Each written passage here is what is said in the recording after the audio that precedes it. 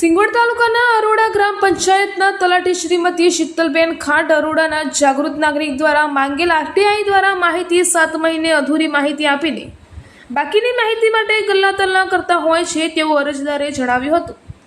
ત્યારે શંકાનો વિષય બન્યો છે કે આ અરોડા ગ્રામ પંચાયતમાં શું મોટા પાયે ભ્રષ્ટાચાર થયેલો છે। એ સવાલ છે કે ચોક્કસ કામ થયું હોય તો ચોક્કસ માહિતી આપવામાં કેમ નથી આવતી તેવું ગ્રામજનોના મુખે ચર્ચા થતી જોવા મળી રહી છે।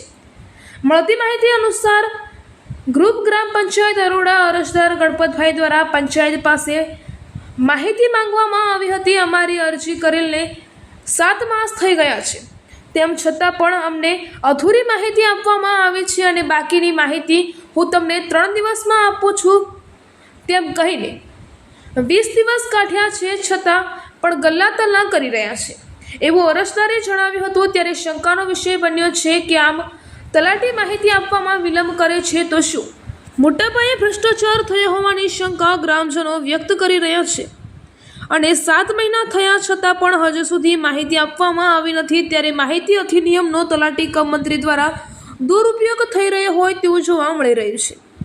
અરજદારોએ જણાવ્યું હતું કે જો અમને માહિતી ના આપવામાં આવે તો અમે કોર્ટના શરણે જઈશું તેવું જણાવ્યું હતું। ગ્રામજનોના મુખેથી એવું પણ સાંભળવા મળ્યું હતું કે તલાટી દ્વારા આપેલી અધૂરી માહિતીમાં પેપર પર બતાવવામાં આવેલા કામ સ્થળ ઉપર કરવામાં આવ્યા જ નથી અને નાણાં ઉપાડે લીધેલ છે। અમારો બોર 8 વર્ષ પહેલાં કરવામાં આવ્યો છે, ત્યારે એ બોર વર્ષ 2022-23માં બતાવીને નાણાં ખોટા ઉપાડે લીધેલા છે તેવો આક્ષેપ ગ્રામજનો દ્વારા કરવામાં આવ્યો છે અને ઉપલા અધિકારીઓ અરોડા ગ્રામની ચોક્કસ તપાસ કરે ત્યારે દૂધનું દૂધ અને પાણીનું પાણી થાય તેવું અરજદારોના મુખેથી સાંભળવા મળ્યું હતું। અહેવાલ સુરેશ મકવાણા, ગુજરાત બ્યુરો ચીફ સાથે જશુભા ગણાવા। એક જાગૃત નાગરિક દ્વારા અરજદાર દ્વારા જો ગ્રામ પંચાયત પાસે આરટીઆઈ દ્વારા માહિતી માંગવા આવી હતી, ત્યારે એમને તલાટી કમ મંત્રી દ્વારા અધૂરી આરટીઆઈ આપવામાં આવી છે। ત્યારે હાલ આપણે અરજદાર પાસે જ ઉપસ્થિત છે, ત્યારે એમની પાસેથી આપણે જાણીએ કે શું કહેવા માંગે છે। મારું નામ છે પરમાર ગણપતભાઈ વિરસિંહભાઈ, ગામ આરોડા, તાલુકો લીમખેડા, જિલ્લો દાહોદ।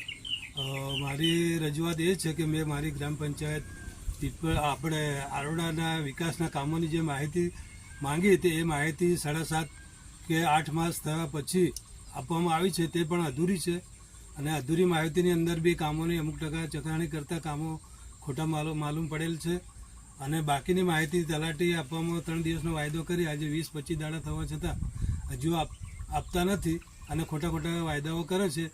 એના ઉપરથી મને એવું લાગે છે કે વિકાસના કામોની અંદર વધારે ભ્રષ્ટાચાર નીકળે એવું લાગે છે, એટલે આપતા નથી। તો હું આ માહિતી મળવા માટે ના છૂટકે મારે કોર્ટના શરણે જવું પડે એવું લાગે છે। કોર્ટ સુધી જઈને પણ હું મારો ન્યાય અને સાચી માહિતી મેળવીશ એવી હું રજૂઆત કરું છું। હાલ અહીં ગ્રામજન દ્વારા એક અરજદાર દ્વારા આપણને જાણવા મળ્યું છે કે એ ના છૂટકે આરટીઆઈ દ્વારા માહિતી ન પહોંચાડે ત્યારે હું કોર્ટના શરણે પણ જઈશ તેવું અરજદાર દ્વારા જાણવા મળ્યું છે। અરજદારનું એવું કહેવું છે કે હું સચોટ માહિતી લઈ અને ગામમાં કેટલોક ભ્રષ્ટાચાર થયો છે એનું હું ઉજાગર કરીને ગામ માટે એ કરીશ એવું અરજદારનું જણાવવું છે। આ બોર 10 વર્ષ અગાઉ થઈ ગયેલો છે પણ પંચાયત દ્વારા હમણાં 21-22માં આના નાણાં ખોટી રીતે ઉપાડી દીધા।